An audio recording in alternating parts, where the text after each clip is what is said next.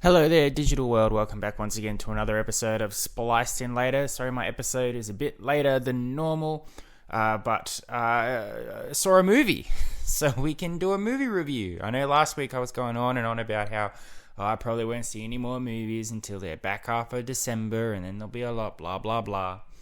But by happen circumstances, one of my friends was like, let's go see a movie, which is unique. Normally I'm the one who's asking someone to go see a movie 500 times a year.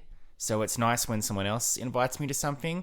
But often that means they're inviting me to something that I know very little about, that isn't on my radar, or that I potentially saw a trailer for, but was like, that's not something I want to prioritize for any particular reason.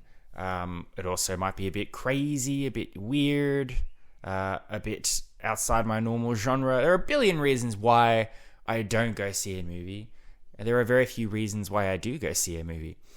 But this one, I didn't rush out the review because it's been out for over a week, I think. And considering that to see this movie, me and my friend had to go to a very specific cinema, so it's not showing in all theatres, at least not here in Canberra, in Australia. I don't know how it is for the rest of the world. It might be a bit more opportunistic. But in many ways, kind of like the French Dispatch a couple of years ago. Some movie theatres are like, we've only got a certain amount of theatres. This one, maybe we'll show once for a special screening, but that's it, because we've got to keep room for the Marvels and the Hunger Games and the Taylor Swift Eras Tour and all the other things which we think will garner in more traffic. Which, you know, all power to them, but considering that the Marvels isn't doing very well at the box office, and the movie theatre that I saw this in, it was a packed screening, maybe that was the wrong choice. Who can say? This is also one of those movies where I don't think the review will be very long, because I don't want to talk too much about the details of the movie, because it's one of those things where if you don't know anything about it, it's good to go in completely blind. I had seen one trailer, so I knew the concept of the movie, but I did know nothing about it after that. Who was in it, who's directing it, why it was being made, what type of genre it was, which made for a very unique experience. So I think this will be a very bare minimum review, but hopefully if you're on the fence about seeing this, or if you've never even heard of it, it might entice you to go see it, or it might warn you the hell away. Either is a perfect reaction to what I'm about to talk about right now. So today on Spliced In Later, we are reviewing Saltburn.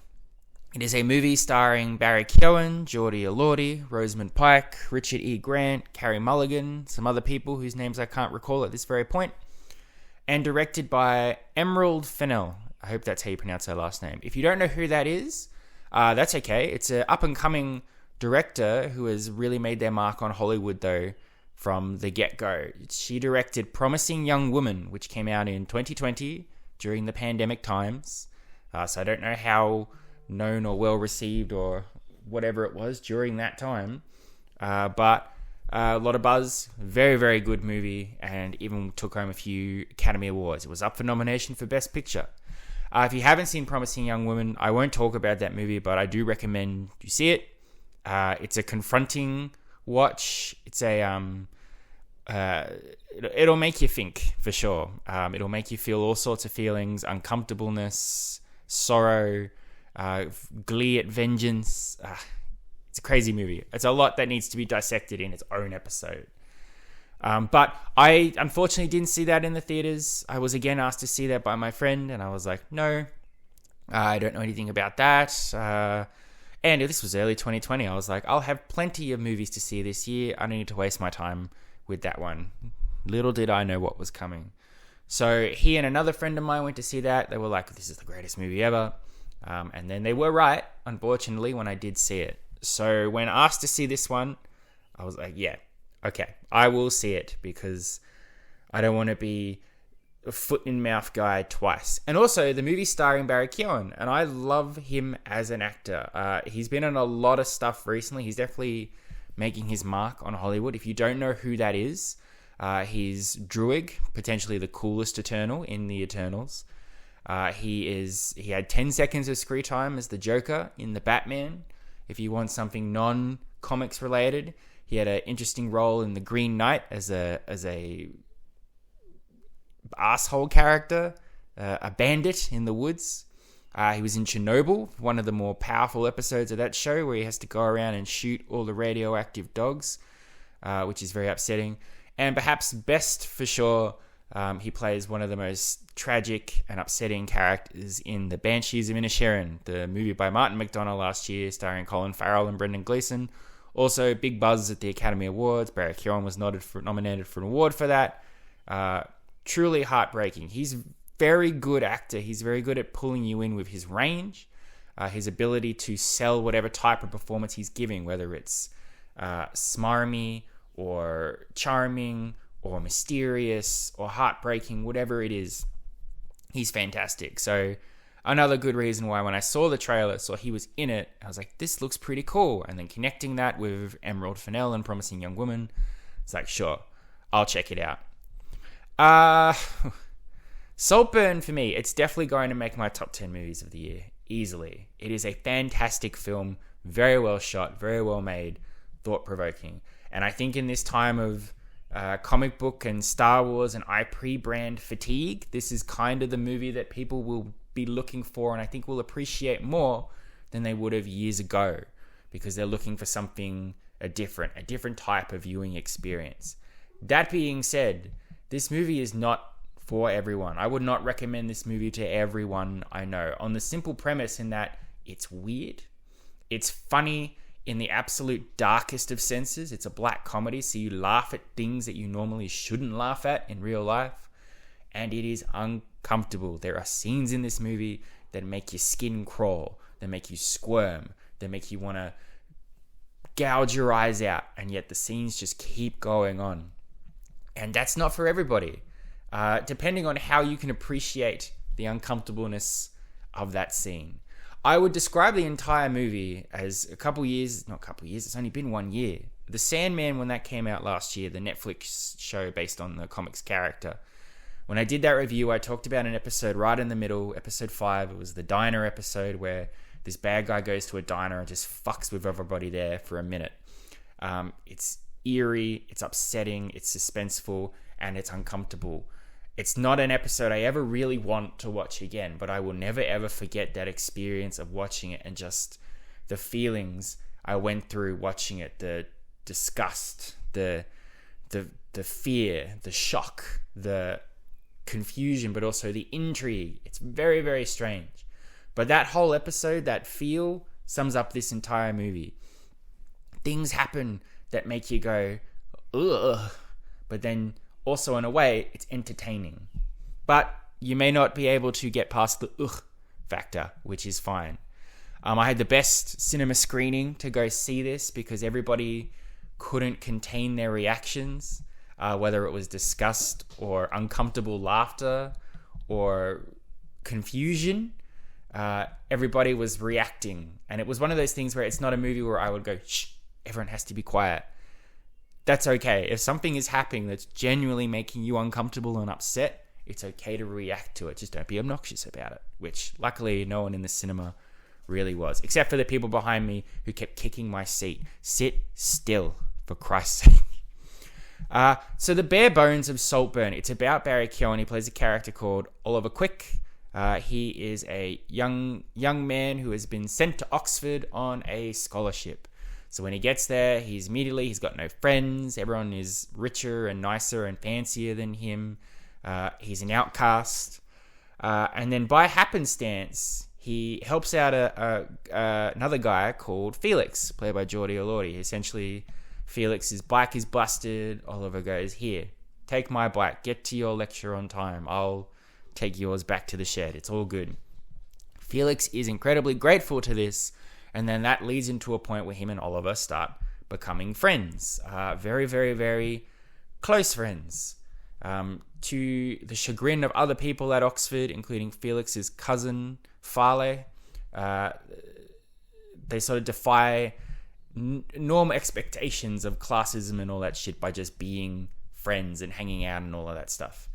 Oliver's got some past, he's mentioned. Apparently he's got like a drug addict mum and his dad passes away and all of this stuff. So it's very sad, whereas Felix has never needed anything in his life. He has the silver spoon in his mouth. I wouldn't say that makes him spoilt. of all the characters in this film, Felix is probably the most wholesome, the most obviously nice. He may be a little twisted in some instances, but his intentions are good. There's nothing sinister about him really, aside from like the friendship between him and Oliver. Oliver dances between really good friends and homoeroticism and all of that stuff. But eventually it leads to Summer arriving at Oxford. Oliver doesn't want to go home, so Felix is like, come to my family manor. It's called Saltburn. Come hang out with my mother, my father, my sister, my cousin will be there as well, and have the greatest time.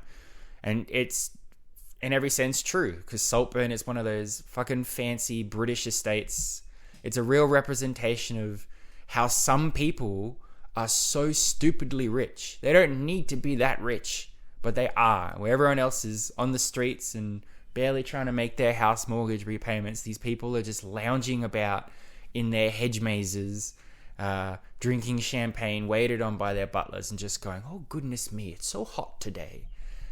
Infuriating. But if you get to go there and enjoy it, maybe that's a fun time. So he goes there, he quickly ingratiates himself into the family, and that's when things really start taking a turn, leading into the psycho thriller theme of this movie, where there's manipulation going on. Is the family as nice as they appear to be, or is there some stuff going on, some inner family turmoil, some weird sexual stuff between all of them, some connivingness, and perhaps more importantly, what is Oliver's actual intentions while he's there? Because it's clear when he gets there that he loves it and he doesn't want to stay. But how he goes about that, sort of keeping himself in the good graces, worming himself for all these different people, you start to question what his overall goal is, what his intentions are with his family, and what the overall structure of his friendship with Felix is. Is it genuine, or is there manipulation going on? Who the hell knows? It's up to you to decide. Leading to some very upsetting moments, because Oliver gets very obsessed with Felix and this family, and he does some stuff that will make you gag and go, what the fuck? But in a way, it's still one of those, it's kind of like watching a car crash in slow motion. It's horrifying, it's upsetting, but you can't look away because it's just mesmerizing to see the splintering of the car and the destruction and everything. That sums up this movie entirely. I can't talk too much more about the plot because a lot of it is you need to learn this stuff as you go along. If I say this person does this or this person has that relationship with blah, blah, blah, it's going to impact your ability to appreciate the film. It's very clear watching it, though, that it is a statement on classism. As I said before, it's highlighting how some people are stupidly rich and some people aren't. And of course, the huge moral is, even if you have all that money, are you happy? If you desperately want that money, will you be happy once you get that money? Is it important to, is wealth equal happiness? All of that shit. And also understanding the psyche behind people who live in this world and the way they act, their attitude to people, and the desperation of people who don't have that but who feel like they need it, what they'll do to get it. Incredible stuff. Very well directed by Emerald Fennell.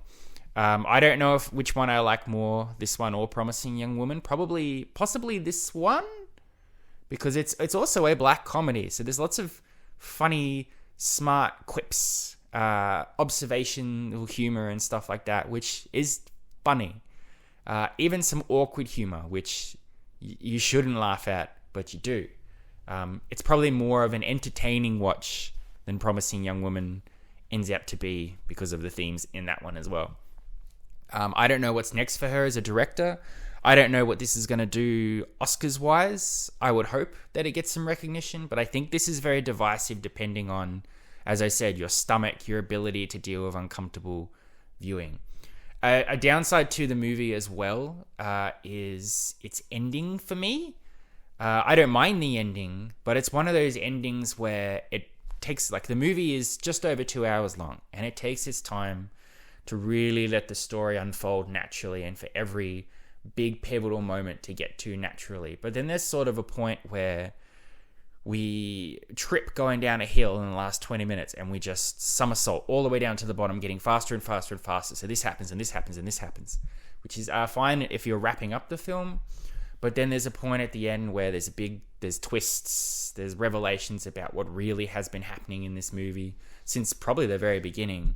But it's done in like a mustache twirling monologue of sorts, which always frustrates me. It's the Psycho problem, which if you don't know what that is, Psycho from Alfred Hitchcock, one of the greatest movies of all time, hindered by, I don't know who, whether it was Hitchcock or the producers behind Psycho or the writing or whatever. Clearly at the end of the movie, they were worried that people wouldn't understand for themselves why Norman Bates was killing all these people and what was going on with him dressed like his mother and all of that stuff as well. So they have this extended scene where this police guy just comes in and just explains to the entire police precinct, but essentially he's explaining to the audience what has happened, why it has happened, what you need to take away from this point. And it's an extended scene.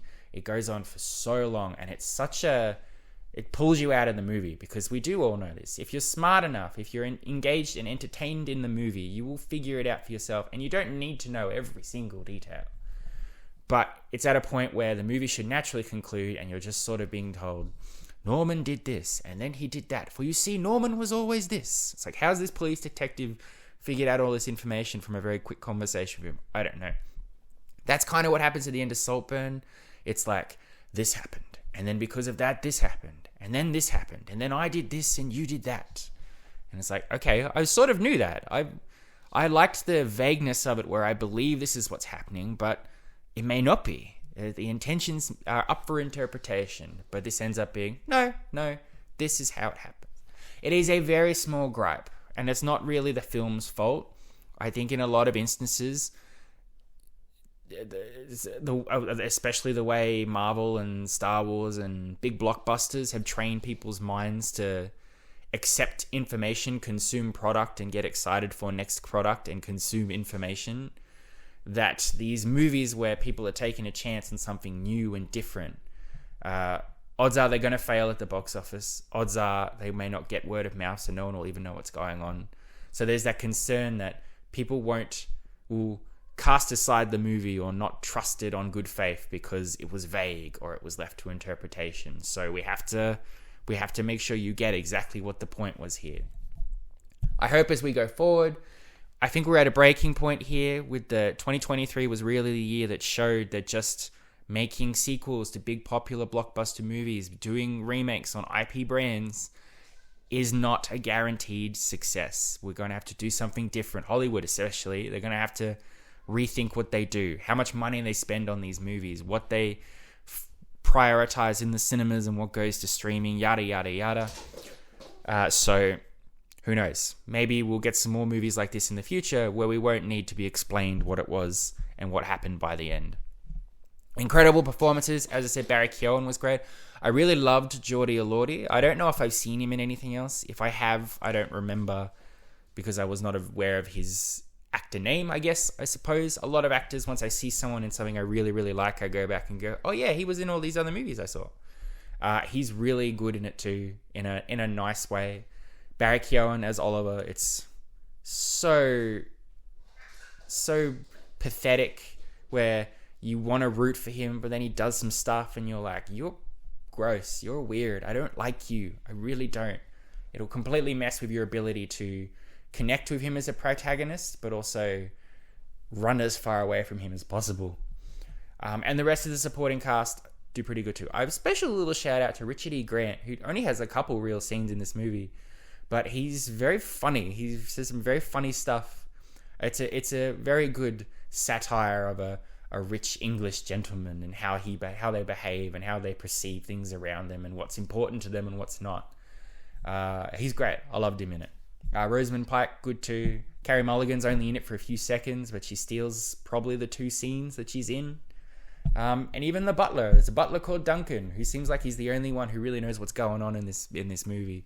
And he's delightfully funny and sane. I think it's nice to have a sane character amongst the insane. Overall, Saltburn gets a 9 out of 10 from me. As I said, it could be a perfect movie if not for that spoon-fed ending. Regarding my top 10, it's hard because I always manage that on a rewatchability process. So how ready am I to rewatch a movie? And Saltburn, I could go about watching this again for a while. Not because it was bad, but because it was a unique movie experience. Not on a reviewing, I don't know if it will live up to that again once you have all the answers. And also because of the unsettling nature, I don't want to feel like that all the time. But I'm pretty sure it'll get on there. It's definitely one of the best films of the year I've seen, though, easily. From a technical standpoint, from a writing, from directing, from acting, from a unique cinema experience. So if you're intrigued, if you want to see it, I saw it here in Australia at a Dendy Cinema. I know it's playing at some Hoyts, some Palace. It might be difficult to get into, but if you're interested, make the time to see it. If you're not, if you're put off by it entirely, don't go see it, because you probably won't enjoy it and you'll be uncomfortable and you'll just want to leave. And that's okay too. It's okay to feel that way. Not every movie is for everyone. There, thank you very much for listening. I hope you've enjoyed. I will be back next week, probably for a normal episode before we kick off the last couple of weeks of December, where I've got a Wish review coming for you, a Wonka review coming for you, Chicken Run, Dawn of the Nugget movie review for you, Aquaman at some point. We'll get through a few more movies before we tack off the year with our top movies of the year, and then we take a nice, well-earned break before we kick everything off again for 2024. But until next week, I love and appreciate you as always. Thank you for listening. It means the world to me. Go see Saltburn if you want. Don't go see it if you don't want to. It's fine either way. You've been spliced in later. Adios, muchachos. I'll catch you next time.